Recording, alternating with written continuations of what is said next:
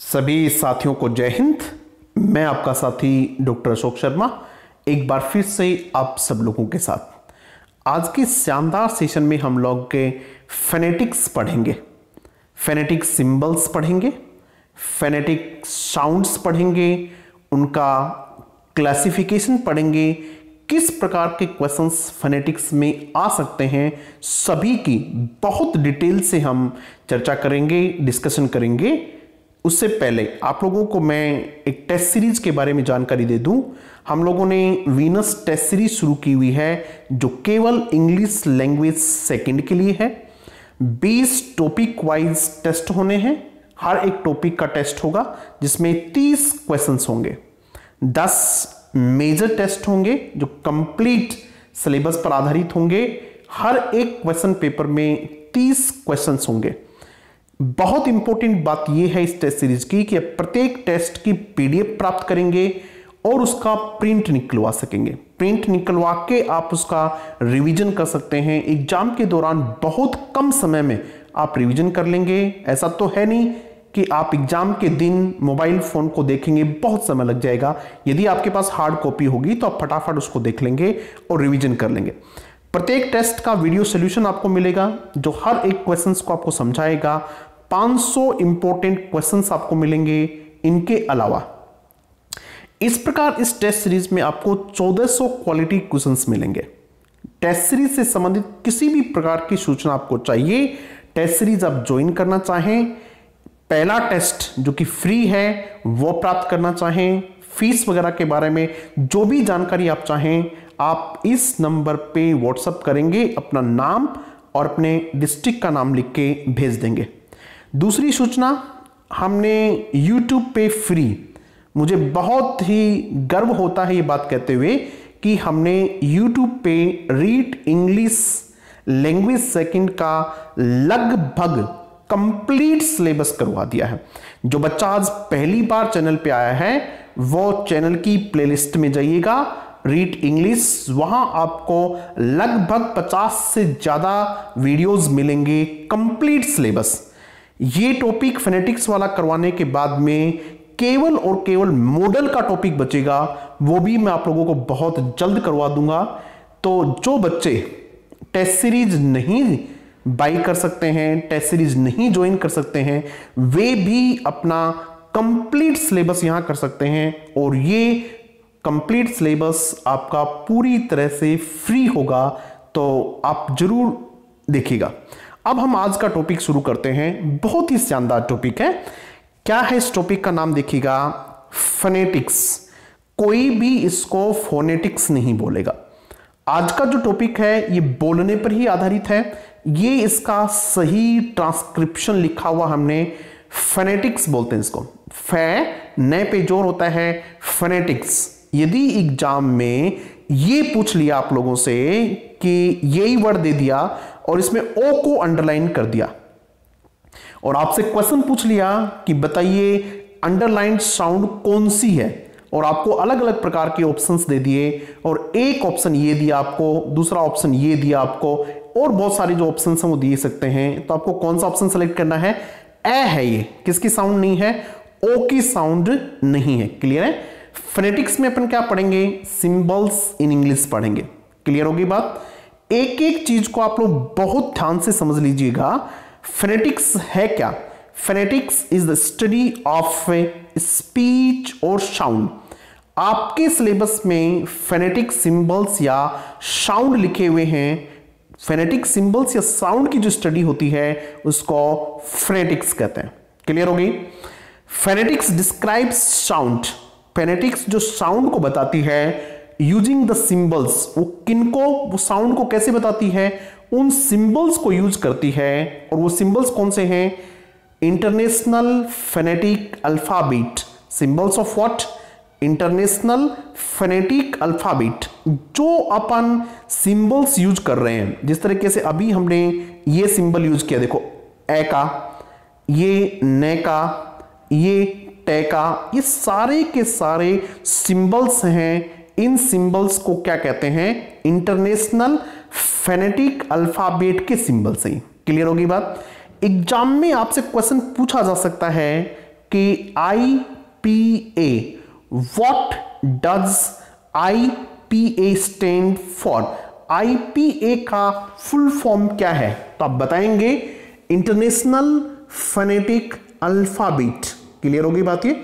आगे चलते हैं। International phonetic alphabet was devised. इस इंटरनेशनल फोनेटिक अल्फाबेट को किसने बनाया? बाय किसने बनाया भाई? किसके द्वारा? इंटरनेशनल फोनेटिक एसोसिएशन, एक संस्था है इंटरनेशनल फोनेटिक एसोसिएशन। इस संस्था ने किसको डिवाइस किया, किसको बनाया, किसका इजाद किया? इंटरनेशनल फोनेटिक अल्फाबेट का किया। उस अल्फाबेट के जो सिंबल्स होते हैं उन्हीं को अपन फोनेटिक सिंबल्स या फिर फोनेटिक साउंड्स कहते हैं। फिर देखिएगा क्वेश्चन ये आएगा कि IPA स्टैंड्स फॉर। एक ऑप्शन में आपके पास आया इंटरनेशनल फोनेटिक अल्फाबेट, दूसरे ऑप्शन में आया इंटरनेशनल फोनेटिक एसोसिएशन, तीसरे ऑप्शन में आया बोथ A एंड B, और चौथे ऑप्शन में आया नाइदर ऑफ दीज। तो आपका आंसर क्या होना चाहिए? आपका आंसर C होना चाहिए कि दोनों का मतलब, इसका मतलब दोनों ही हो सकता है, इंटरनेशनल फोनेटिक अल्फाबेट भी और इंटरनेशनल फोनेटिक एसोसिएशन भी। ठीक है। कई बार क्वेश्चन क्या आता है कि वो एक को पूछता है। NIPA, P stands for. P का क्या मतलब है? I stands for. तो उसे कोई फर्क नहीं पड़ता है, आप पे इसको कर लेंगे। अभी तक हमने दो क्वेश्चन देखे कि साउंड्स क्या हैं, इंटरनेशनल फोनेटिक अल्फाबेट के सिंबल्स हैं। इन सिंबल्स को किसने इजाद किया? इंटरनेशनल फोनेटिक एसोसिएशन ने इनको इजाद किया। ये बात आपके क्लियर हो जानी चाहिए।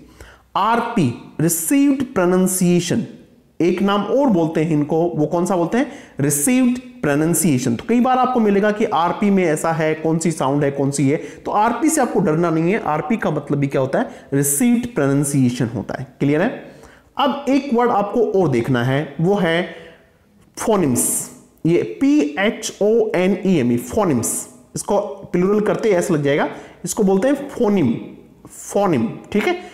Smallest unit of sound, sound की जो सबसे छोटी यूनिट होती है, that cannot further be divided, जिसको और ज्यादा डिवाइड नहीं किया जा सकता, उसको फोनिम बोलते हैं।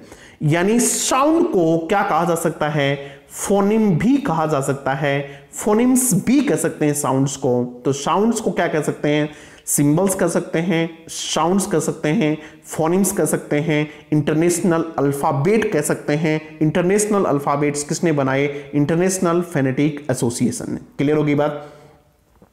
अब बात आती है कि टोटल साउंड्स, टोटल सिंबल्स हैं कितने? Symbols, sounds in English. English का ट्रांसक्रिप्शन ये होता है। हमने यथासंभव प्रयास किया है आपको इस प्रकार की वर्ड्स का ट्रांसक्रिप्शन देने का कि इनमें से कहीं कुछ भी आपसे पूछ लिया जाए। इंग्लिश का एक बार पूछा हुआ है। कई बच्चों के दिमाग में एक बात आती है कि सर जी ट्रांसक्रिप्शन तो सिलेबस में है ही नहीं, तो हम ट्रांसक्रिप्शन पढ़ें या नहीं पढ़ें? बेटा, जब तक आप ट्रांसक्रिप्शन नहीं देखेंगे आपको साउंड समझ नहीं आएगी। मान लिए आपके पेपर में ये वर्ड आ गया इंग्लिश और इसको अंडरलाइन कर दिया कि ये कौन सी साउंड है, और आपके पास एक ऑप्शन ये आया और एक ऑप्शन आपके पास ये आया। अब जब तक आपको ये नहीं पता चलेगा कि इसका ट्रांसक्रिप्शन क्या है, तो आप ये बताएंगे या ये बताएंगे, और इस प्रकार के क्वेश्चंस रीट में पूछे हुए हैं। ऐसे ही क्वेश्चन पूछते हैं, इसलिए आपको वर्ड्स का ट्रांसक्रिप्शन देखना चाहिए और बहुत ही ध्यान से देखना चाहिए ताकि आपको पता रहे कौन सी साउंड कैसी है। साउंड्स और सिंबल्स इन इंग्लिश कितनी है टोटल? 44। देखिएगा, ऐसा नहीं होता है कि एग्जाम में बहुत मुश्किल क्वेश्चंस भी आते हैं, आसान भी आते हैं, मुश्किल भी आते हैं। तो आप ऐसा नहीं है कि आसान को छोड़ देंगे और मुश्किल देख लेंगे। ये क्वेश्चन आ सकता है कि टोटल साउंड कितनी है? 44 है। ठीक है। इन टोटल साउंड्स को बेसिकली इन ब्रॉडली यानी मुख्य रूप से दो भागों में बांटा जाता है। पहली ये साउंड है वाउल, इसको आप वोवल नहीं बोलेंगे, क्या बोलेंगे? वाउल, ऐसे बोलेंगे वाउल। वाउल साउंड होती हैं, ये कितनी है? 20। स्वर ध्वनियां जो हैं वो कितनी हैं? 20 हैं। वाउल साउंड 20 है। कॉन्सोनेंट, दूसरी जो साउंड है वो कौन सी है? कॉन्सोनेंट। इसको आप कॉन्सोनेंट बोलेंगे, कॉन्सोनो नहीं है ये जो ओ की मात्रा ओ नहीं है, किसकी साउंड है? ए की साउंड है। कॉन्सोनेंट साउंड ये कितनी होती हैं? 24। टोटल कितनी होगी? 44। क्लियर होगी बात? अगर ऐसा कोई क्वेश्चन आता है, हालांकि अब बच्चे जिस हिसाब से तैयारी कर रहे हैं तो ऐसा क्वेश्चन आने की संभावना बहुत कम है। बहुत अच्छे अच्छे क्वेश्चन आपसे पूछेंगे, फिर भी हमें पता होना चाहिए। अब आती है बात कि आपसे ये पूछ लें कि वोवल की डेफिनेशन क्या है। क्वेश्चन कैसे आ सकता है? पूछेंगे कि इस प्रकार की साउंड कौन सी होती है? वोवल होती है कॉन्सोनेंट, डेफिनेशन देके पूछ लेंगे आपसे। तो वाउल साउंड की डेफिनेशन क्या होती है? Air scapes through the mouth freely.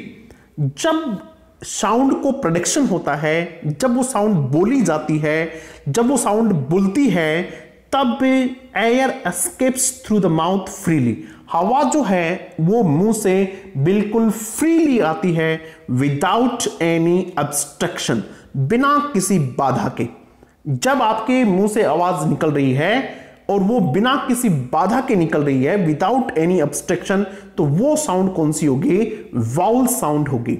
ठीक है, आपको याद जो रखना वो ये है कि विदाउट ऑब्स्ट्रक्शन कौन सी साउंड होती है?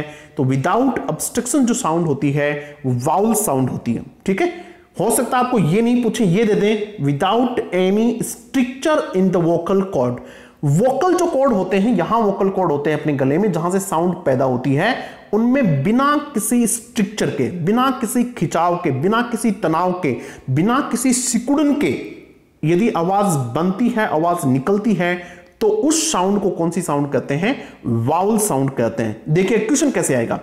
A sound in the production of which there is no structure in the vocal cords। तो आपको ऑप्शन मिलेंगे वाउल्स, कॉन्सोनेंट्स, तब आपको बताना है कि वो साउंड कौन सी होती है? वाउल होती है। क्लियर होगी बात? इस प्रकार के क्वेश्चन यहां से पूछा जा सकता है, इसलिए इस डेफिनेशन को आप याद रखेंगे। कॉन्सोनेंट इसी प्रकार कॉन्सोनेंट की है, उसमें बिना किसी बाधा के और इसमें बाधा के साथ। ड्यूरिंग द प्रोडक्शन, इसको प्रोडक्शन नहीं कहते, प्रोडक्शन कहते हैं, of the sound the air escapes through the mouth with abstraction. With abstraction, उसमें क्या था? विदाउट एब्स्ट्रक्शन, बिना किसी बाधा के, और इसमें क्या है? बाधा के साथ। This is the basic difference between vowel sound and consonant sound. Clear होगी बात? ये आगे बढ़ते हैं। इसके बाद वाउल साउंड्स का क्लासिफिकेशन करेंगे अपन। वाउल साउंड को दो भागों में बांटेंगे। देखिएगा, पहला जो भाग है उसको कहते हैं मोनोफ्थोंग्स कहते हैं। मोनोफ्थोंग कहते हैं, ओ की साउंड नहीं, ए की साउंड है, मोनोफ्थोंग। इसको प्योर वॉल भी कहते हैं, प्योर वॉल। ठीक है, एग्जाम में आता है कि which of the following is known as pure vowel. इनमें से कौन सा प्योर वॉल के रूप में जाना जाता है? एक ऑप्शन आपको मिलेगा डिफ्थोंग, एक ऑप्शन मिलेगा मोनोफ्थोंग्स, एक ऑप्शन मिलेगा ग्लाइड, और डी ऑप्शन मिलेगा ऑल ऑफ दीज। तो आपको कहना है कि प्योर वॉल जिसका नाम है वो कौन है? मोनोफ्थोंग्स है। क्लियर होगी बात? इसका एक नाम और है, और वो नाम है स्टेबल वॉल्स। स्टेबल वॉल क्यों कहते हैं इसको, आगे इसके डेफिनेशन में हम देखेंगे भी। तो डिफ्थोंग, ये इसकी संख्या कितनी होती है मोनोफ्थोंग्स की? 12। आपसे पूछे कि how many monophthong sounds are there, तब आप कहेंगे there are 12 monophthong sounds are there. Clear? Pure sounds कितनी है? 12। स्टेबल साउंड्स कितनी है? 12। आगे बढ़िएगा।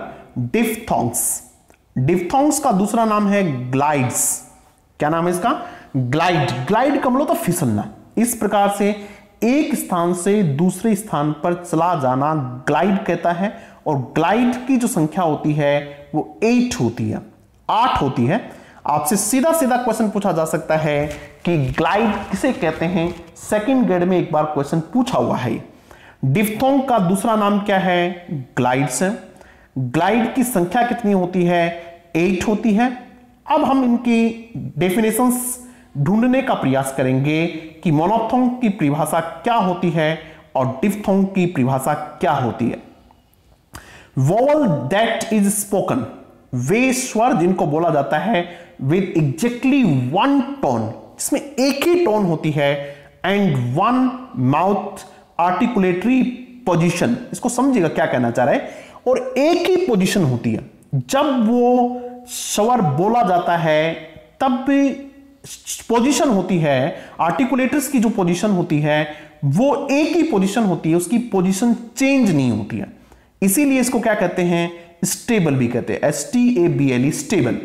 ठीक है, जब वोवल बोला जाता है तो जो आर्टिकुलेटर्स होते हैं जिनसे बोला जाता है उनकी पोजीशन चेंज नहीं होती है, पोजीशन नहीं कहेंगे, क्या कहेंगे, पोजीशन कहेंगे, एग्जैक्टली वन टोन होती है, इसलिए इनको प्योर वोवल या फिर स्टेबल वोवल कहा जाता है। क्लियर होगी मोनोप्थोंग्स कैसे कहते हैं? आगे देखिएगा, मोनो मीन्स वन, मोनो का मतलब क्या होता है, एक, एंड थोंग्स मीन्स साउंड या टोन, जिसमें एक ही साउंड होती है, वो ये होते हैं। क्लियर होगी भाई? मोनोप्थोंग्स कितने थे ये भी हमने देख लिए। अब अपन देखेंगे मोनोप्थोंग्स को भी और अलग अलग भागों में बांटते हैं। चलो बांट के देखते हैं। सबसे पहले शॉर्ट वोवल्स, क्या बांटेंगे, शॉर्ट वोवल्स, ये सिर्फ और सिर्फ मोनोप्थोंग्स का डिवीजन है, उसका क्लासिफिकेशन है। शॉर्ट को ऐसे लिखेंगे वाउल्स, शॉर्ट वाउल्स 7 होते हैं। शॉर्ट वाउल्स की संख्या कितनी होती है, 7 होती है। इनमें से ये भी पूछ सकते हैं संख्या कितनी होती है, आप बताएंगे 7 होती है। ये भी पूछ सकते हैं कि इनमें से कौन सा शॉर्ट वोवल नहीं है, तब आप बताएंगे कि ये नहीं है। ये भी पूछ सकते हैं कि इनमें से कौन सा शॉर्ट वोवल है, 3 लॉन्ग वोवल दे दें, 1 शॉर्ट वोवल दे दें, तो आपको बताना है कि कौन सा है। क्लियर होगी बात? ये आसानी से याद रह जाएंगे कि लॉन्ग जो वोवल्स हैं उनकी संख्या 5 है, उन सबके साथ ये देखो इस प्रकार से है, ये जो आपके 2 लगे हुए इस तरीके से पॉइंट, ये लॉन्ग का सिंबल है। क्लियर होगी बात? ये देखिएगा शॉर्ट है, इसके साथ नहीं है, ये शॉर्ट है, इसके साथ नहीं है।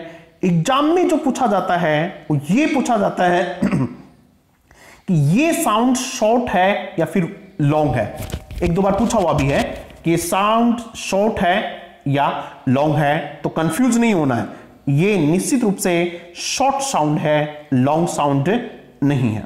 क्लियर है? अब आते हैं अपन लॉन्ग वोवल्स पे। लॉन्ग वोवल्स की संख्या कितनी है, 5, और ये 5 कौन कौन से हैं, ये सब हैं, ये सब देखिएगा, ये सब है।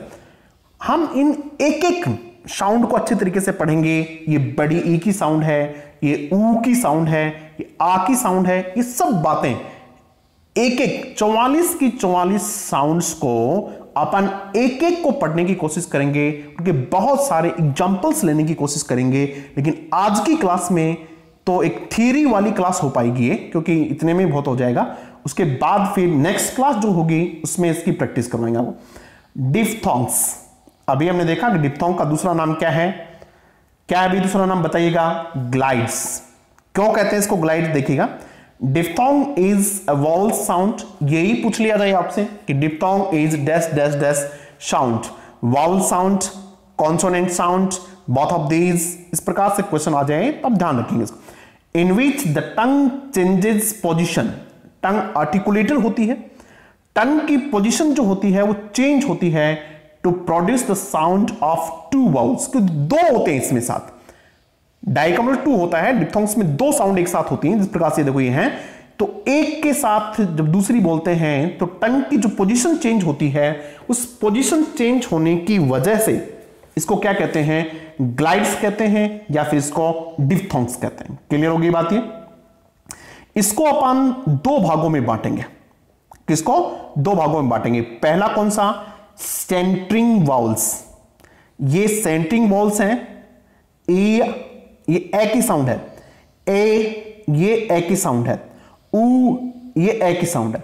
ये देखो तीनों के लास्ट में किसकी साउंड है, ए की साउंड है। ये जिन डिफ्थोंग्स के लास्ट में ए की साउंड होती है, ये ए की, ये हमेशा अनस्ट्रेस्ड होता है, ये ए हमेशा अनस्ट्रेस्ड ए होता है, ये सेंटरिंग डिप्थोंग्स होते हैं। क्लियर होगी बात? संख्या कितनी इनकी, 3 है। 1-2 ट्रांसक्रिप्शन करके देख लेते हैं। देखो क्लियर का लिखा हुआ है, CLEAR, क्लियर। तो इसका ट्रांसक्रिप्शन ये देखो लिखा हुआ है क्लियर। ये जो है ये डिफ्थोंग है, ठीक है। और इस शब्द में कौन सा डिफ्थोंग है ये पूछेंगे आपसे, पूछ सकते हैं। तीनों ये दे देंगे तो आपको बताना इसमें कौन सा है, तो आप बता देंगे सर इसमें ये है। उसके बाद देखिएगा इसकी एक बात और भी है ट्रांसक्रिप्शन लिखने की कि आपको जब याद नहीं हो तो आप इन वर्ड्स को याद कीजिएगा, क्लियर, एयर, क्योर, 3 वर्ड याद कीजिएगा। क्लियर तो क्लियर ये हो गया, एक याद हो गया एयर, दूसरा याद हो गया क्योर, KUA, ठीक है, ये तीसरा याद हो गया। इस प्रकार से तीनों के तीनों सेंटिंग डिप्थोंग्स आपके याद हो सकते हैं यदि आपने इन वर्ड्स को याद कर लिया तो, क्लियर, एयर, क्योर, ठीक है। इन तीनों के अंत में जो आते हैं वो कौन से हैं, सेंटरिंग डिप्थोंग्स हैं, क्लियर है। उसके बाद देखिएगा क्लोजिंग डिप्थोंग्स। सेंटरिंग के बाद कौन सा है, क्लोजिंग डिप्थोंग्स है। पहला जिनके लास्ट में ई की साउंड आती है, इनकी संख्या कितनी है, 3। कई बार इसको ऐसे भी लिखा होता है कि 5 को ऊपर 3 हो गए, ठीक है, फिर इनको 3 यहां हो गए, 2 अलग अलग कर दिए, एक ही बात, उससे कोई फर्क नहीं पड़ता। 5 एक साथ लिखो या 3 + 2 लिखो, कोई फर्क नहीं पड़ता है। एंडिंग ये ई के साथ एंड होते हैं, ठीक है, ए, आई, ओई, 8 क्या लिखा हुआ है, 8 वर्ड याद कीजिए, माई आई, ये हो गया बॉय का ट्रांसक्रिप्शन पूछा हुआ है, बॉय का ट्रांसक्रिप्शन पूछा हुआ है, तो बॉय में लास्ट में क्या आता है, ऑय। अभी हमने 3 वर्ड देखे थे, क्लियर, एयर, क्वेर। अब माई 8 बॉय हो जाएंगे। अब देखिएगा एंडिंग में दूसरे और हैं जिनके लास्ट में ऊ की साउंड होती है, स्लाउ। ये पहला है स्लाउ, इसको याद कर लीजिएगा, आउ क्या आ जाएगी, आउट, ठीक, आउट, ये आउट, आउ। तो ये आपके याद रखने वाली चीज है, इनको थोड़ी आप प्रैक्टिस करेंगे तो याद हो जाएंगे आपके। क्लोजिंग ये थे, क्लियर हो गई बात। अब अपन आगे बढ़ते हैं, ये आपके कॉन्सोनेंट्स का हमने क्लासिफिकेशन किया, अब सॉरी वोवेल्स का, अब करेंगे किसका, कॉन्सोनेंट्स का। कॉन्सोनेंट कितने होते हैं, 24। वाउल्स कितने होते हैं, 20 को अपने पढ़ लिया, कैसे करके पढ़ा, 12 को एक जगह पढ़ा, 12 क्या होते हैं, मोनोथोंग्स, 8 क्या होते हैं, डिप्थोंग्स। अब 24 को पढ़ेंगे, और 24 क्या होते हैं, कॉन्सोनेंट साउंड हैं। कॉन्सोनेंट साउंड्स को बांटने के अलग अलग तरीके हैं, 2 तरीके कम से कम हमें पढ़ने चाहिए। पहला, on the basis of manner of articulation. Manner of articulation का मतलब होता है आर्टिकुलेशन के तरीके के आधार पे। आपको इसमें बहुत ज्यादा डिटेल नहीं जाना है, हमने बहुत ही अच्छे ढंग से आप लोगों के लिए तैयार कर दिया है कि इतना आप कर लेंगे और इतना ही आपसे हो पाएगा, इतना आप कर लेंगे तो हो जाएगा काम। प्लॉसिव साउंड होती है, कौन सी, प्लॉसिव साउंड। पूछते हैं ये कितने होते हैं, how many plosive sounds are there. Plosive sounds कितनी होती हैं, 6 होती हैं। कौन कौन से होते हैं, पे, टे, के, बे, डे, गे। इस प्रकार से आप याद कर लेना, पे, टे, के, बे, डे, गे। ये देखो पे, ये टे, के, ये बे, ये डे, ये गे। प्लॉसी, पटक, बडग, आप ऐसे याद कर लेंगे, प्लॉसी, पटक, बडग। हालांकि ये कोई फेनेटिक्स याद करने का तरीका नहीं है, लेकिन आप फेनेटिक्स के स्टूडेंट्स भी तो नहीं है। आप में से ज्यादातर बच्चे साइंस कॉमर्स के भी हो सकते हैं, उनको फेनेटिक्स से कोई ज्यादा लेना देना नहीं है। उनको एग्जाम में क्वेश्चन सही हो जाए तो उसको याद करने का ये एक अच्छा तरीका है, आप इस प्रकार से याद कर लेंगे। क्वेश्चन कैसे आएगा देखिएगा, which of the following is not a plosive sound. तो इनमें से एक ये दे देंगे जय, तो आप बता देना कि भाई ये है। आगे देखिएगा दूसरी एफ्रिकेट्स, दूसरी कौन सी है, एफ्रिकेट साउंड। ये कितनी होती हैं, 2 होती हैं। पहली कौन सी, चे, और दूसरी कौन सी, जय। पहली कौन सी, चे, और दूसरी कौन सी, जय। देखो दोनों में डबल डबल हैं, तो आप इसको एफ्रिकेट्स कहते हैं। एक बात और रखना, जय और चे ऐसे लिख लें, जय और च से लिखना। एफ्रिकेट्स को सेमी प्लोसिव भी कहते हैं। ध्यान दीजिएगा, मैं सेमी वाउल्स नहीं कह रहा हूं, सेमी वाउल्स आगे पढ़ेंगे, सेमी प्लोसिव भी कह रहा हूं मैं। आपसे पूछेंगे कि इनमें से कौन सी साउंड को सेमी प्लोसिव कहा जाता है, तब आप इनमें से कोई साउंड आए तब उसको कहेंगे फ्रिकेटिव्स। फ्रिकेटिव्स का मतलब क्या होता है देखिएगा, ये टोटल जो साउंड होती हैं ये 9 साउंड होती हैं। फे, वे, थे, दे, शे, ये लिखी हुई है, जय, जय, शे और है। ठीक है, कितनी साउंड है? 9 साउंड है। याद कैसे करोगे? हाथ पे वसाज, हाथ से, है से मतलब क्या है की साउंड, देखो ये रही। ठीक है, थे का मतलब क्या है? ये थे की साउंड, ये दे की साउंड, दोनों याद कर लेना, हाथ। ठीक है, फे, ये देखो फे है, फे हो गया। वे, ये वे की साउंड होगी। से, ये दोनों साउंड है से की, ये भी और ये भी। और जय, जय की भी दोनों साउंड है, ये और ये भी। ठीक है, ये साउंड नहीं है क्योंकि ये एफ्रिकेट। इस प्रकार से याद कर लेंगे आप लोग।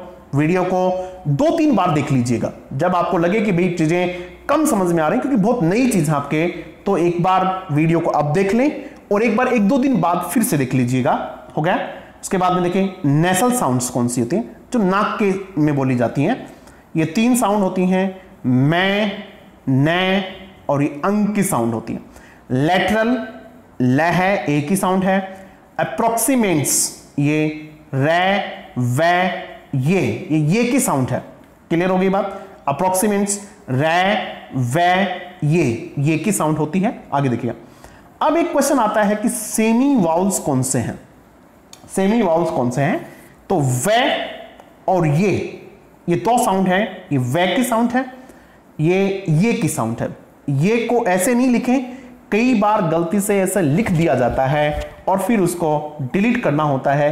एक बार मैंने भी टेस्ट में ऐसा दे दिया था और एक बार कोई रीट में भी ऐसा पूछा हुआ है, जबकि वो साउंड होती ही नहीं, ऐसी कोई साउंड नहीं होती है। लिक्विड्स, आपसे पूछेंगे कि which of the following is a liquid sound, तो ले और रे को, किसको? ले को और किसको? रे को। कौन सी साउंड कहते हैं? लिक्विड्स कहा जाता है। किसको? ले और रे को। आगे देखिएगा, मास्टर कॉन्सोनेंट साउंड्स कौन सी होती हैं? ये पूछा है एक बार एग्जाम में, फर्स्ट ग्रेड वगैरह में काम पूछा है। मास्टर कॉन्सोनेंट साउंड्स कौन सी होती हैं? तो लिक्विड्स कौन सी होती हैं? ले और रे। एफ्रिकेट्स कौन सी होती हैं? चे और जय। सेमी वॉल्स कौन सी होती हैं? वे और ये। इन तीनों साउंड्स को क्या कहा जाता है? मास्टर कॉन्सोनेंट्स कहा जाता है इनको। ठीक है, क्या कहा जाता है इनको? मास्टर कॉन्सोनेंट्स कहा जाता है। तो मास्टर कॉन्सोनेंट्स कौन कौन सी 3 साउंड होती हैं? आपसे ये या तो 3 साउंड पूछेंगे या इनमें से कोई एक। जिस तरीके से सेमी वॉल नहीं पूछे सीधा ही, और सेमी वॉल का जगह वे और या ये दे दे, अगर इस प्रकार से पूछ लेता है तो तब भी आप बिल्कुल तैयार रहेंगे, क्योंकि आपने बहुत अच्छे तरीके से चीजें तैयार कर ली हैं। आगे देखते हैं, classification of consonant sounds on the basis of place of articulation. किसके आधार पे? प्लेस ऑफ आर्टिकुलेशन या फिर पॉइंट ऑफ आर्टिकुलेशन, चीजें कहां बनती हैं।